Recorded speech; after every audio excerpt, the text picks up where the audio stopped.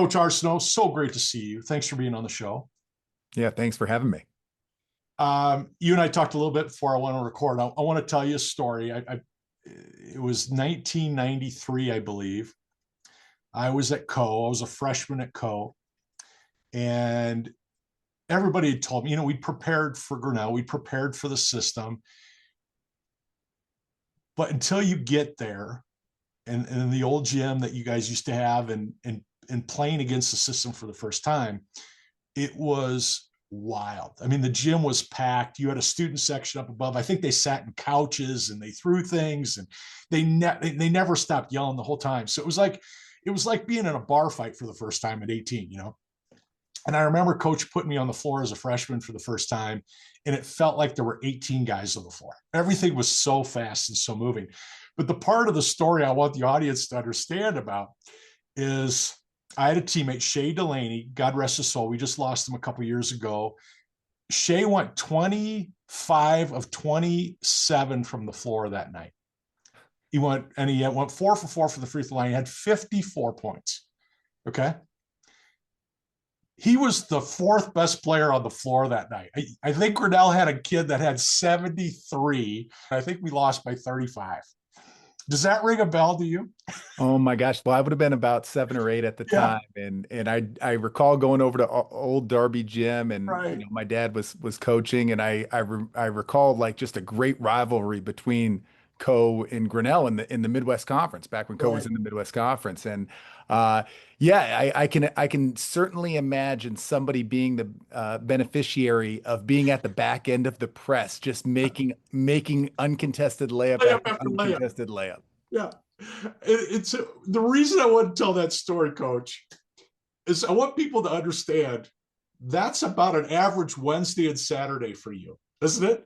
Yeah, yeah, yeah. I You mean, it's got, evolved over time, but no, you're right. You're still going to get just some outlandish statistics and numbers and memories, really. but I think people don't understand how good of basketball it is at that pace and how much coaching goes into doing what you do day in and day out.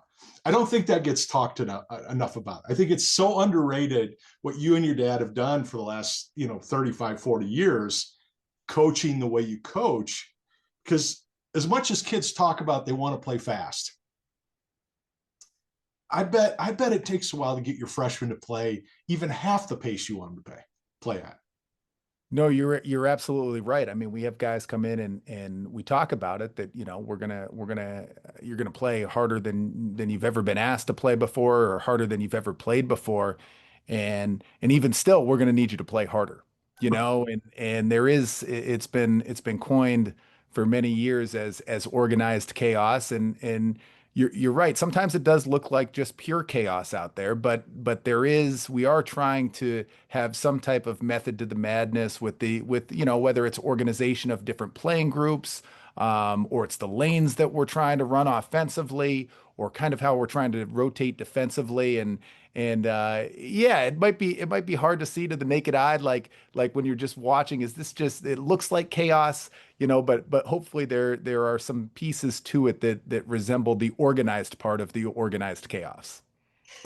It's so funny. I want to talk defense with you because I'm sure everybody wants to talk offense with you, and I want to get into it too. But I had a conversation with Coach Westhead, I don't know, 10 years ago. I don't know if we were at the NABC convention or somewhere, but we got in a corner and we talked hoops for a while. And and I and I talked to him. I go, how do you look at your team every year from a defensive standpoint? And he goes, well, number one, we're going to be in the best shape of our lives. They're going to be marathon runners, whether they know it or not. And we want to put 40 minutes of hell on the opponent. We want to make them have to play deeper in their bench than they've ever had to play or ever want to play. Is that still your thought process when it comes to defense? Yeah, and like we've evolved so much over the years. I mean, I think this year we had probably one of our, if not the best defensive team that we've ever had. And even just from a points per game or a points per possession basis, it was the best that we've ever had, at least in the Grinnell system era. Yeah. Our offense wasn't quite as good, but we were really able to play three groups of five and rotate three groups of five and just be disruptive. Where in past years, I think my old man, he was a lot more concerned about just scoring as many points as possible, Yeah. and this year it was more a matter of we felt like we could press almost without penalty and press in the backcourt, double team the basketball wherever it went, never give the other team a chance to run a set play. And then in the front court, once they got the ball over half court, it wasn't that we were just conceding an uncontested layup. It was that, okay, now you have to do the whole thing all over again, Yeah. and it was it just kind of became the identity of our team. And I think that it started a lot with our three captains, two seniors and one junior. And all three are capable offensive players, but I think their strength was in what they were able to do defensively and just how hard they worked. And it set the identity for all the other guys to buy into that philosophy of, hey, we're going to distribute the minutes. We're really going to try to wear other teams down, and we're just going to be very, very disruptive defensively. You do such a great job. And there's very few coaches. I'll go watch your games live every year where I'll look at your schedule and go, okay, I'm going to block out 7 and 9 on this Wednesday night, and I'm going to watch a game. Every year I'll watch at least one or two of your games. If I can't watch it live, I'll watch the recording. Because I just want to see how you're adjusting. I just want to see how you're evolving from year to year, because it's so fascinating. It's such great learning for me to watch how you play and how you're going about your seasons. And there's a couple things that I love how you evolve your movement on offense, what you're doing in the back court, in the front court, and how you're transitioning from offense to defense as quickly as you are.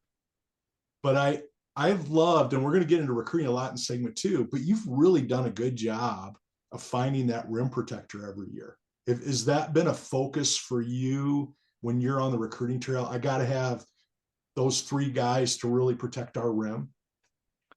Yeah, I mean it's been part of I guess kind of our recruiting philosophy a little bit, but certainly it's helped just with what we're doing defensively.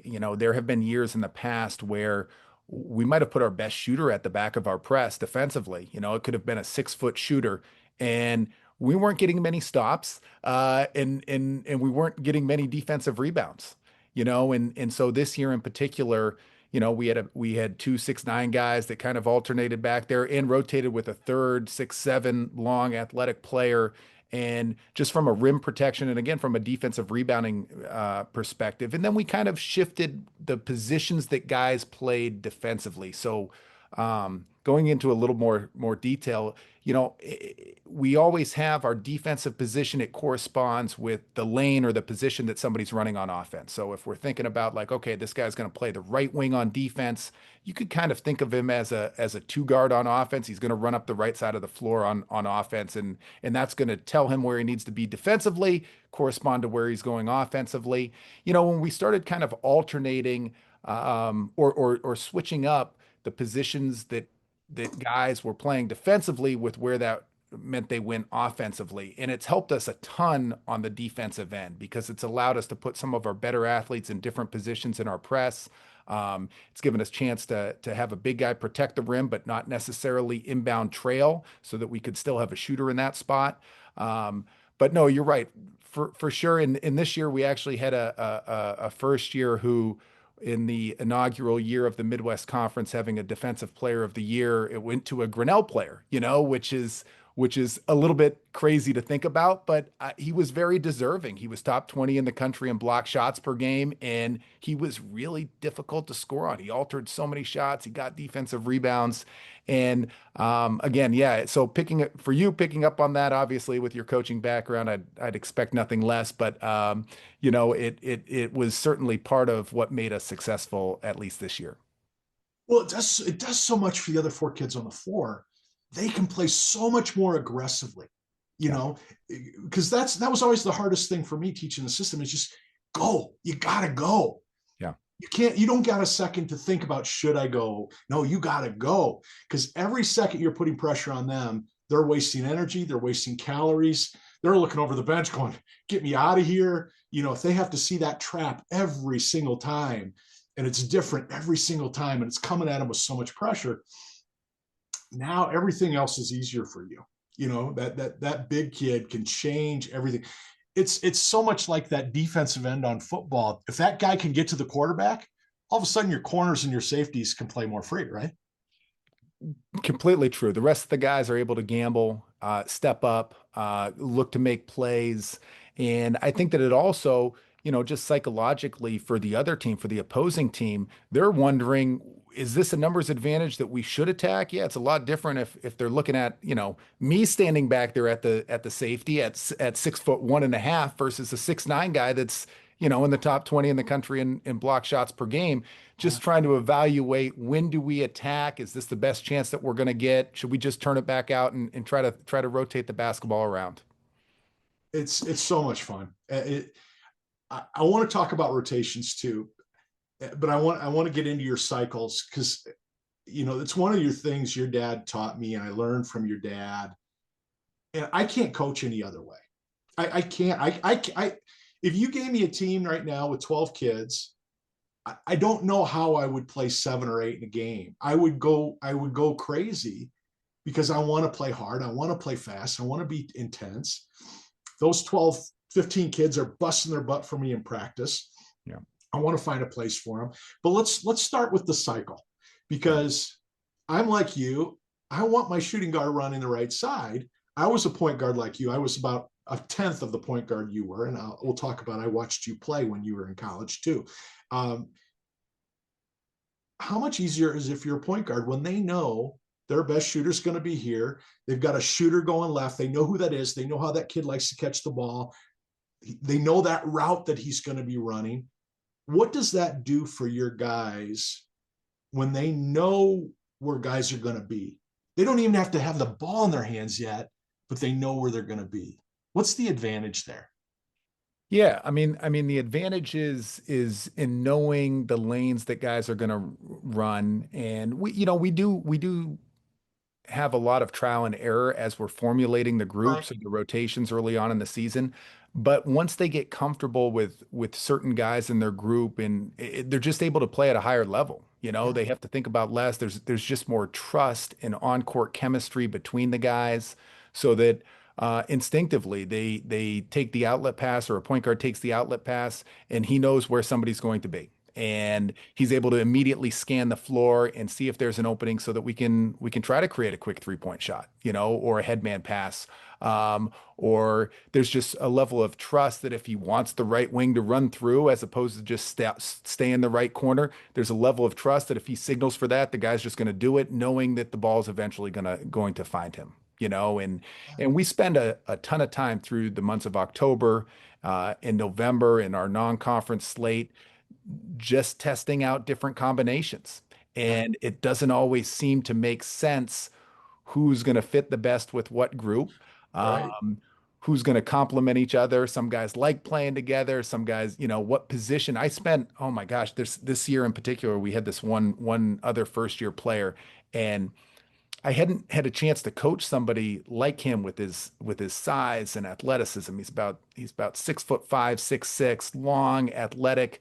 I think for the first 8 practices, I just kept changing him in all 5 different positions on the court, because I didn't Yeah. know where he was. I knew he was going to be able to help us, That's but I had right. to kind of figure out what role, what position defensively, how does that translate to what he's going to be doing offensively, and generally speaking, I guess if we win a game, I usually tend to, if it's not broke, don't try to fix it. I just keep the same groups, but minor tweaks throughout with what we're doing, but a lot of preparation. And I always try to give the guys at least 48 hours heading into a game to know the group that they're going to be playing with, so that we can practice. We can do a lot of 5-on-0 stuff. We can make sure everybody's on the same page for special situations, whether it's the baseline out of bounds sets that we're running or something like that.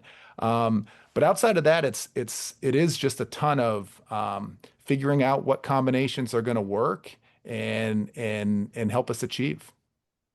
Uh, it's got to be a blast. And tell your dad I'm still upset with him that he didn't recruit me, because if I had to do it all over again, I would have put all my marbles in and I would have gone to Grinnell, because that's how I needed to play. It's what my soul was. And I told you I got to watch you play probably in the early aughts, you were playing at Fontbonne, Hmm. and I think you guys were down by 20 at half. Fontbonne had a really good team, and I think you came back and beat them by 20.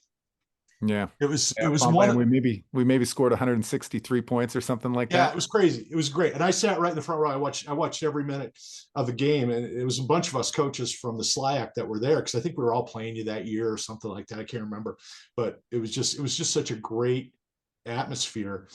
But what I loved about you, and you could tell, you could tell you were a coach's kid when you walked in the gym, just how you were preparing. But as a former point guard, you knew where your guys were going to be and you took advantage of it. You made guys so much better the way you led them, the way you put the ball, where you put the ball, the spin on the ball, your ability to get to the paint was as good as anybody I've seen. It was, I'd put you in the same world as Bobby Hurley in terms of just getting into the paint and collapsing the defense and the opportunities that you created. Are you still the leader in the country in assists? You at And one point assist and it, you led the yeah. world, didn't you? Yeah, and assists average. I don't know about being in the same category as Bobby Hurley. That's Well, in but terms I, of I how you appreciate your high praise, it and I was, think that it's been helpful like with our team having guys that that play differently at each position can actually be a huge benefit. yeah, And I think that I was very fortunate to play with another point guard, and we shared the court sometimes, not frequently, sometimes who led the country in scoring. And for opposing defenses, trying to figure out two guys that are playing the same position but playing it very differently. And that still rings true today, like where we're thinking about our different rotations and where our scoring might be coming from. Having our scoring come from different spots or our playmaking come from different positions, it puts a lot of pressure on the defense, it and does. and I think there was one other thing that you kind of touched on, and like right off the bat, playing so many guys, it just gives us such a huge advantage from a team chemistry standpoint, and teams that are playing 7 or 8 guys, that means that there's, if they have a big bench, that means there are a lot of guys that aren't playing that probably want to be playing. And for us, it can be hard sometimes to look at our season box score and see, hey, our leading minute getter only got 18 minutes a game, and that presents some challenges and on the recruiting front for sure. But at the same time, when we're playing 10, 12 guys, double digit minutes, and our rotation is, I think, it was 15 or 16 deep this year. It's giving an opportunity for a lot of guys, especially early in their career, to be able to get on the court, and have fun playing. What an advantage. And get to play, as the season gets going, you get really comfortable with a group of guys. You get really comfortable of what you can do together. And it's what I always loved about it is we could be 3 different basketball teams in the same game. We might press a little bit differently with every team, that we rolled on the floor. We might run our rotations a little bit differently. I remember having a great shooter that was left-handed and a great point guard that was left-handed one year. And that group, instead of trying to get the ball right on that banana cut and pushing it up the right side, we went left. you know Sure. and it was an Sure. experiment, but Yeah. it was just so much fun. And everybody, it takes a little time, because if you're used to playing 32 minutes in high school and now you're getting 15, but buying into the fact, okay, I used to play 32 and I get 12 shots, now I'm playing 15 and I'm getting 16 shots, Yeah. right? Yeah. It's accepting that. Right. Right. Yeah, no, there's certainly an adjustment, right? Like, and so it could be just, there's just obviously going to be a natural adjustment transitioning from playing at the high school level to playing at the college level. There's going to be an adjustment in terms of living away from home. There's also going to be an adjustment specifically for Grinnell basketball as it relates to how fast we want to play, and our open gyms.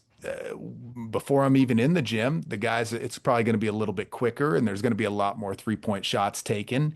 And then we get into our practices and those are going to feel faster and there's going to be an adjustment. Then we get into our scrimmages and okay, this is even different than our practices. And then the real deal, and that, yeah, everybody has to take a little bit of time to adjust, to let the game actually slow down for them. And there's, there's no secret sauce to making the game slow down for somebody. It's just through repetition, and it's through building them up and giving them the confidence and trying to empower them in a way that's going to allow the game to slow down for them.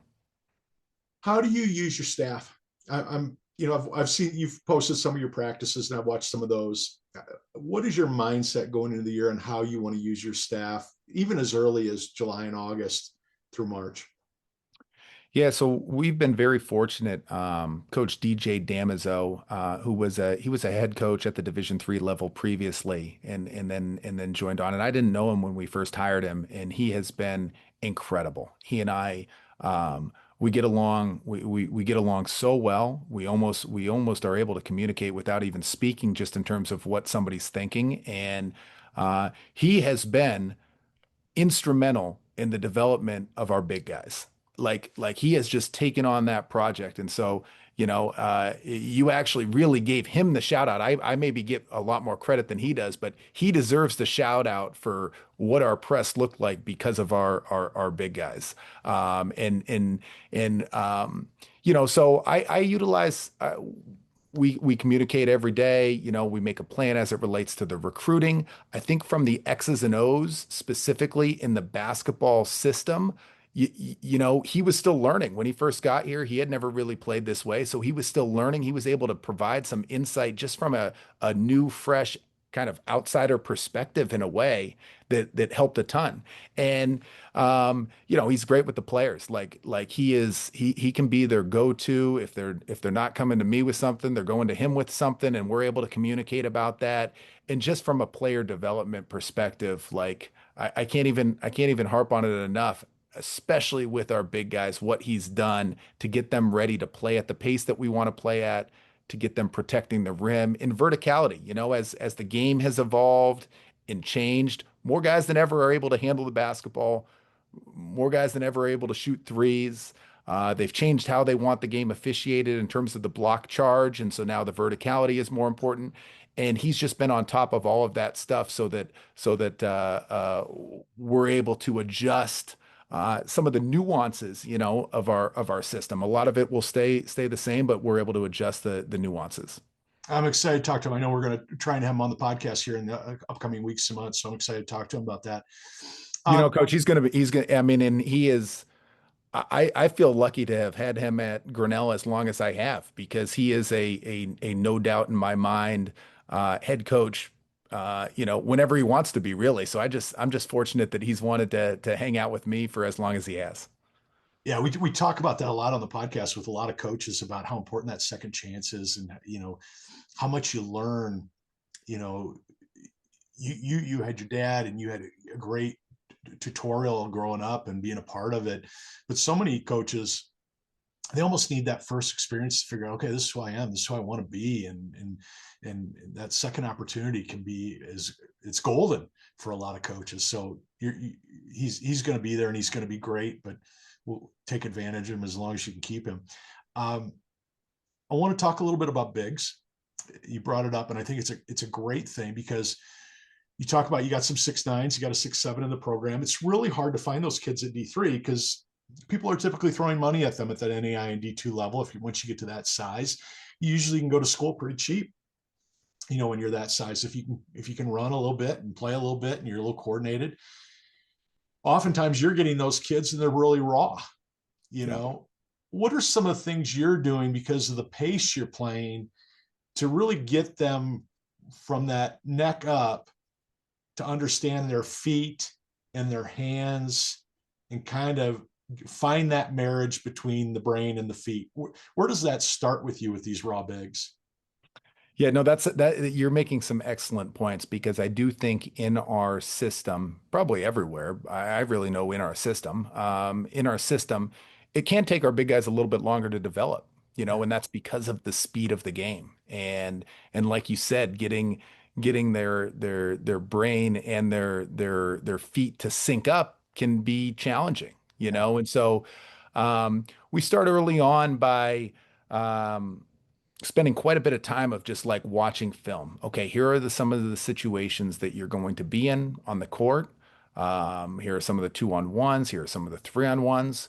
And then we talk about what outcomes are we really looking for? You know, in a 2-on-1 situation, if we can get a stop 1/3 of the time, that's a huge success. And it might not seem like a success because you're getting scored on 2 out of 3 times.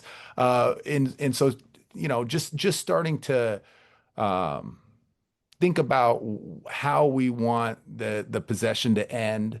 And then we'll move into some kind of individual skill stuff with that, whether it's, okay, here's the footwork, and this is just in a 1-on-0 capacity. Here's what it's going to look like. Here's how we want your feet facing. Here's where we want your hands.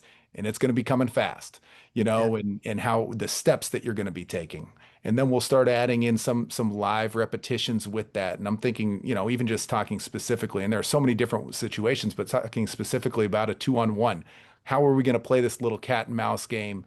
How are you going to open up? What does verticality look like? How can we ensure that when there is contact, your hands aren't coming down? You know, when we watch film, we'll talk about it. We'll do some skill work. We'll watch some more film. We'll talk about it again. We'll do some more skill work and just eventually put them in those situations where they're feeling a little bit more comfortable once we get into actual live game action.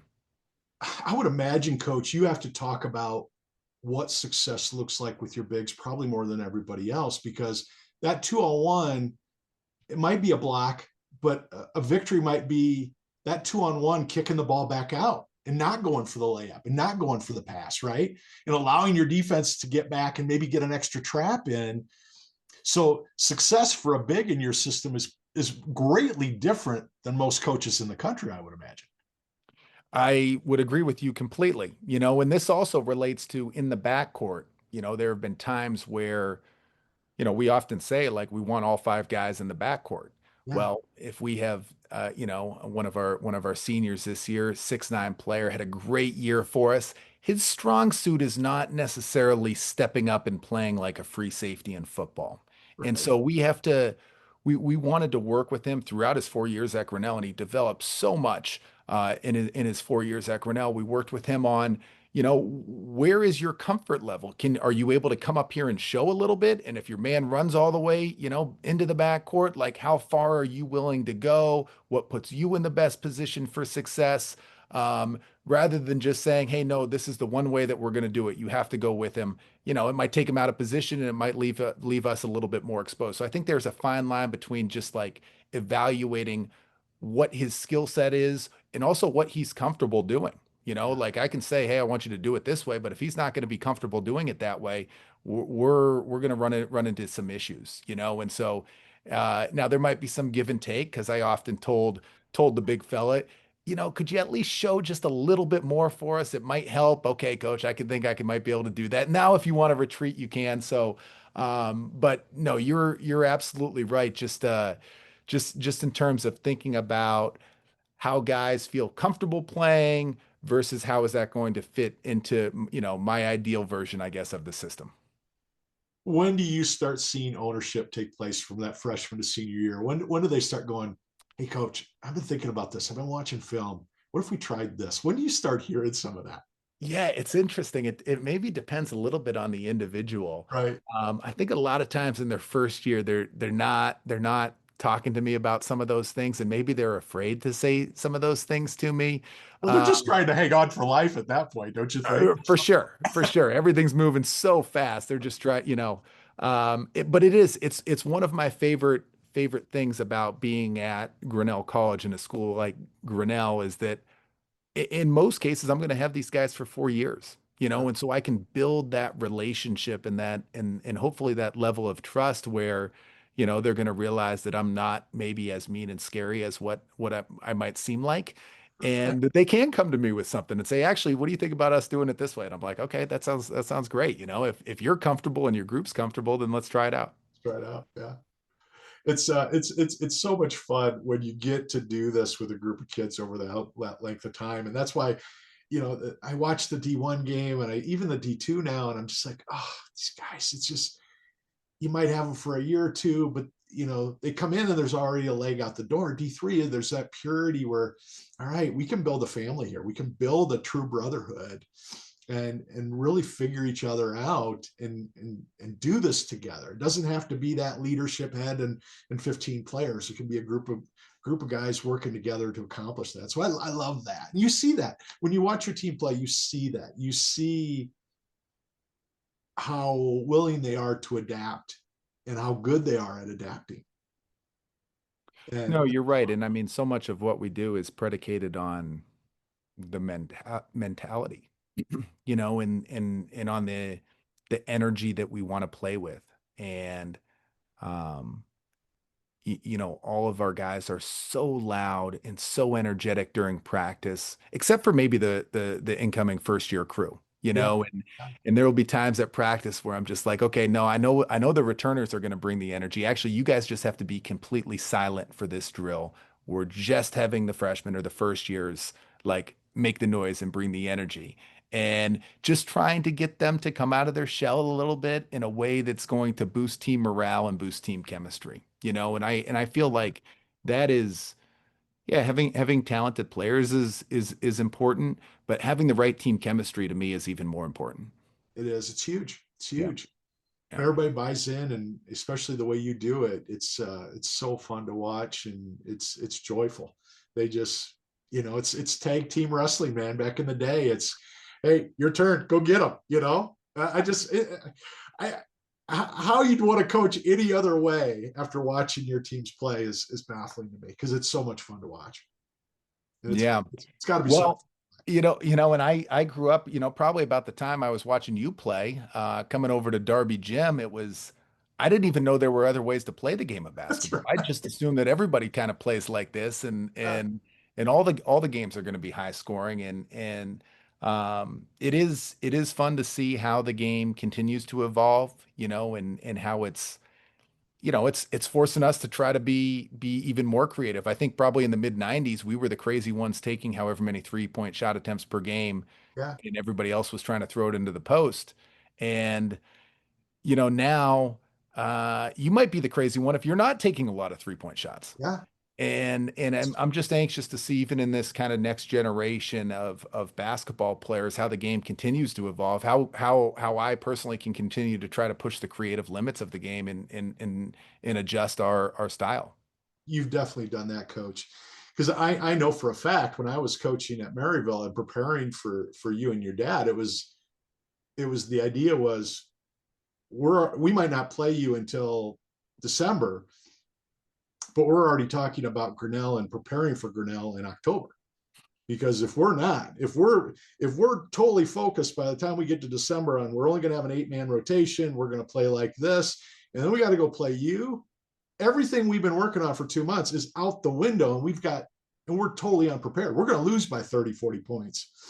And it may not be that way in the first half, but in the second half, it's going to be that way, because you're playing 15, 16, and we're trying to play with 8. And if we got 2 starters with 3 fouls, we're screwed. Yeah. So let's flip that. All these coaches are preparing for you, and they're trying to slow you down. Everybody's trying to find a way to slow you down, and you've probably seen just about every way to slow you down. What is your mindset in terms of how you talk to the guys about that? Because you can't watch film and go, okay, guys, this is how they're going to play us, right? Yeah. Because Yeah. you're not seeing on film them playing against the system. So what is your mindset in coaching your guys, preparing them for all the curveballs you're probably going to see defensively? Yeah, no, that's a great question. Like I think that our scouting approach is that we're going to watch, the last time or 2 times that we've played that same team, especially if personnel is maybe the same, Yeah. and just get a sense for their press breaker, maybe some ideas of what they're going to try to do to us defensively.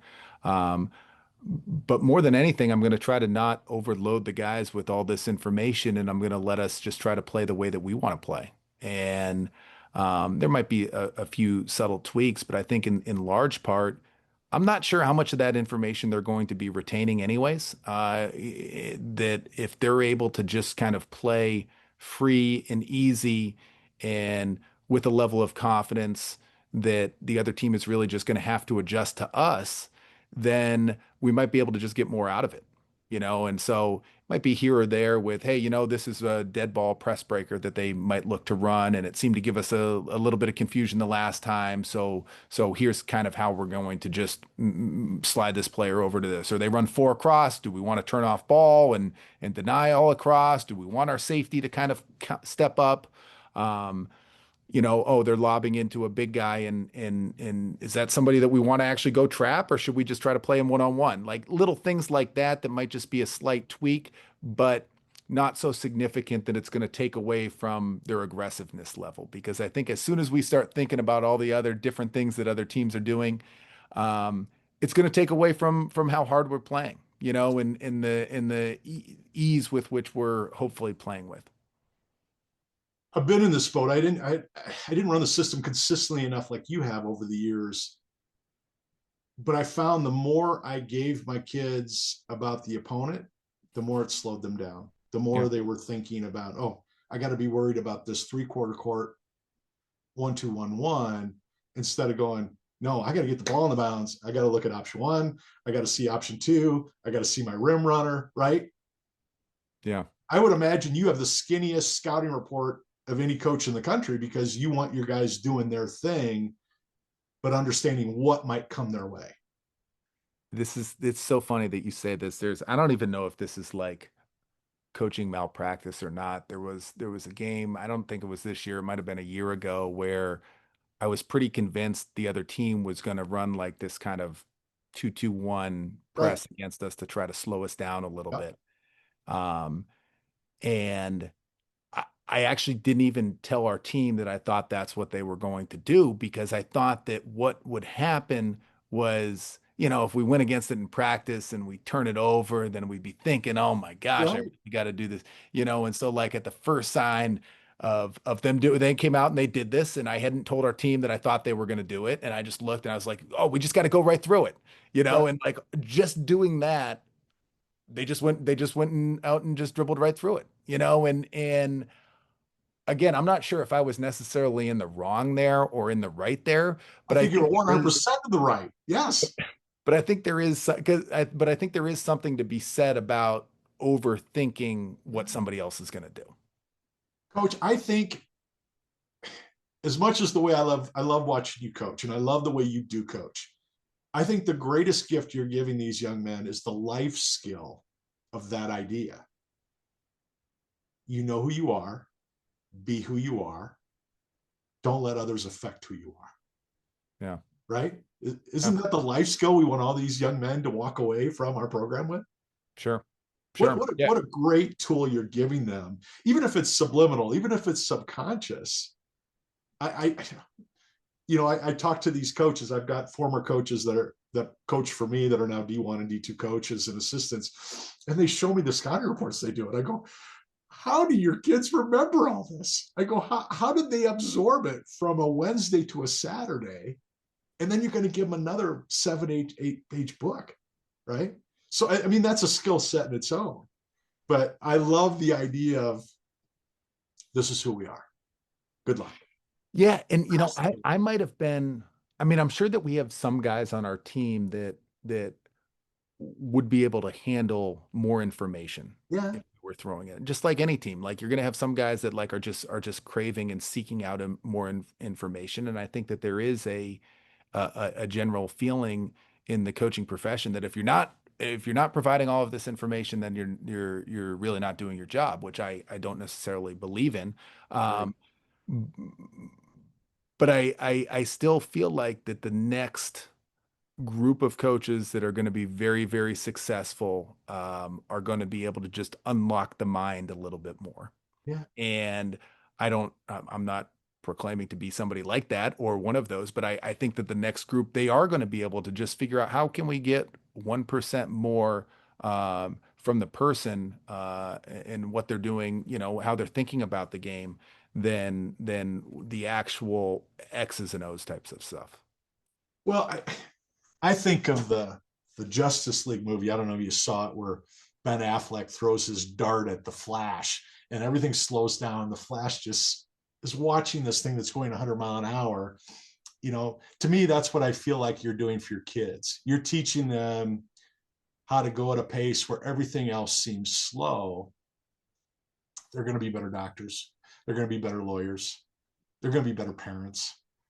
You Yeah. know, they're going to be better evaluators because they've learned how to find that calm in the chaos and find the engineering and the real creative lines in how they're doing it.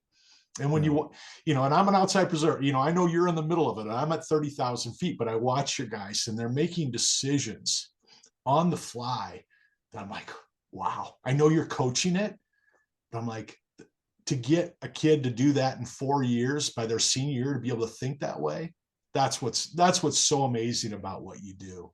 And I know I'm overwhelming you with things here, but I just want you to know there's a lot of coaches out here that appreciate how you're coaching, and I think all of us, if we don't take the whole thing from you, I think we all take little pieces, and it makes us better. No, thank you. I mean, I think that there is, I often think about, some individual players or just like a specific thing. Like I can teach somebody where to go. Yeah, I can't always get them to just go as hard as they can. And so like the first thing is like guys that are just going as hard as they can, even if they're going in the wrong to the wrong spot, or everybody's going to make mistakes on the basketball court. Like I'm happy. I'm so much happier with somebody that is just going a million miles an hour, but going to the wrong spot because I'm like, okay, you at least have the baseline of what we're yeah, looking to do. You're making the effort.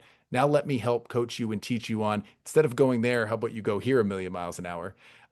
Versus kind of the reverse situation of the guys that they might go to the right spot, but all of it, no, they don't really want to go to the offensive glass, and it's just kind of showing up in a way like that. And so, at least in our program, having guys that are just committed to playing as hard as they can, knowing that there's going to be a ton of mistakes made, but I'm going to commit to playing as hard as I possibly can for as long as I possibly can. I'll take those guys on my team any day.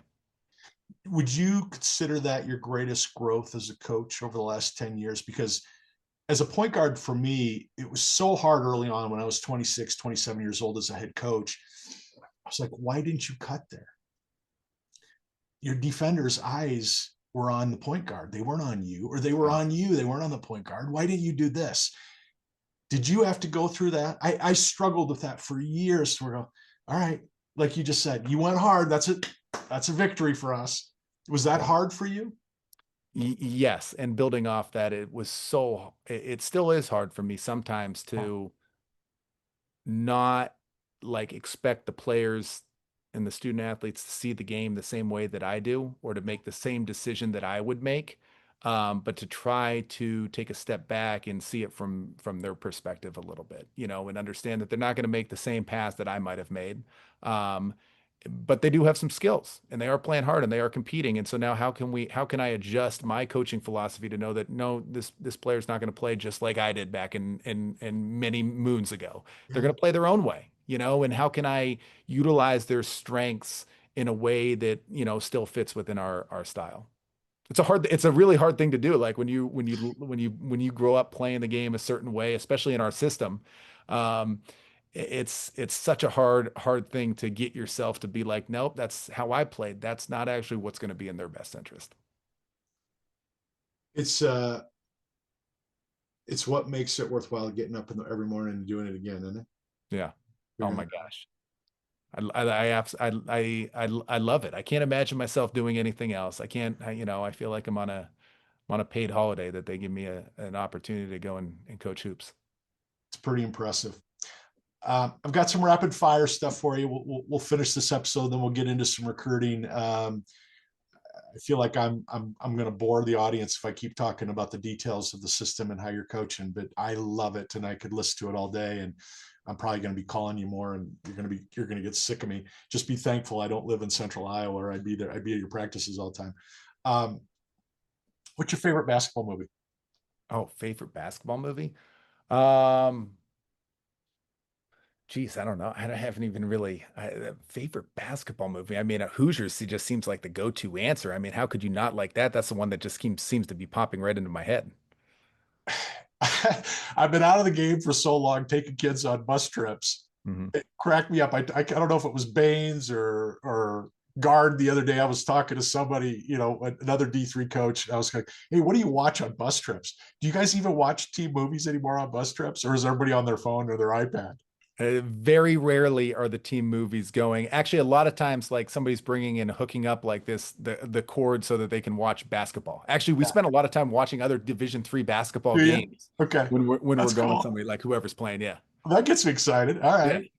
Who was your favorite player growing up? My favorite player growing up was Hakeem the Dream Olajuwon, and I'm not really sure why. I mean, I guess I grew up like I was born in the late '80s, and so just watching him play, and especially the footwork, I just loved his footwork, and I loved his kind of versatility, just in terms of impacting the game in all areas. Well, I mentioned it earlier, but that's who you were as a point guard. You were a Akeem. I mean, your feet were so great. Your ability to get into the paint and drop step pivot and pump fake and whoever was protecting the rim and get people moving. I'm with you. Akeem's feet, or everybody should learn Akeem's feet. Probably because I was so slow and unathletic that I had to have, some way to maneuver in there. I don't. We got to keep everything relative with D3, man. You were fast for D3. Um, favorite favorite band. You got a Favorite favorite band you listen to? Favorite band, well, maybe I could just go with my favorite concert was I went to a Tom Petty concert, and I still routinely find myself listening to a number of Tom Petty songs. It's amazing what a concert will do for you. I just my daughter, we went and saw the Lumineers, and Mm, I wasn't a huge Lumineers fan, but after that concert, I was like, I went and bought 5 or 6 songs, and I find myself listening to something about live music that stays with you, isn't it? sure, Yeah. sure. Um, what's your favorite gym to coach in outside of your own? Favorite gym to coach in? Oh my gosh.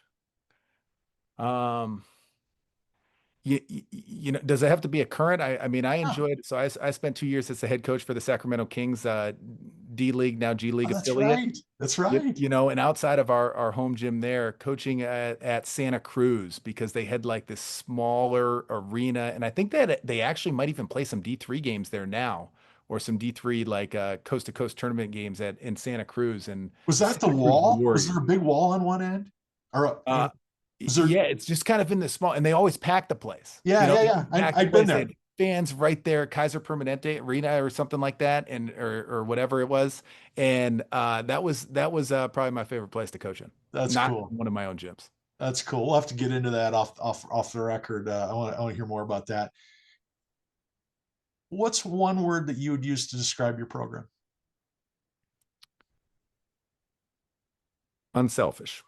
Yeah, And can I elaborate or no? please do. Yes.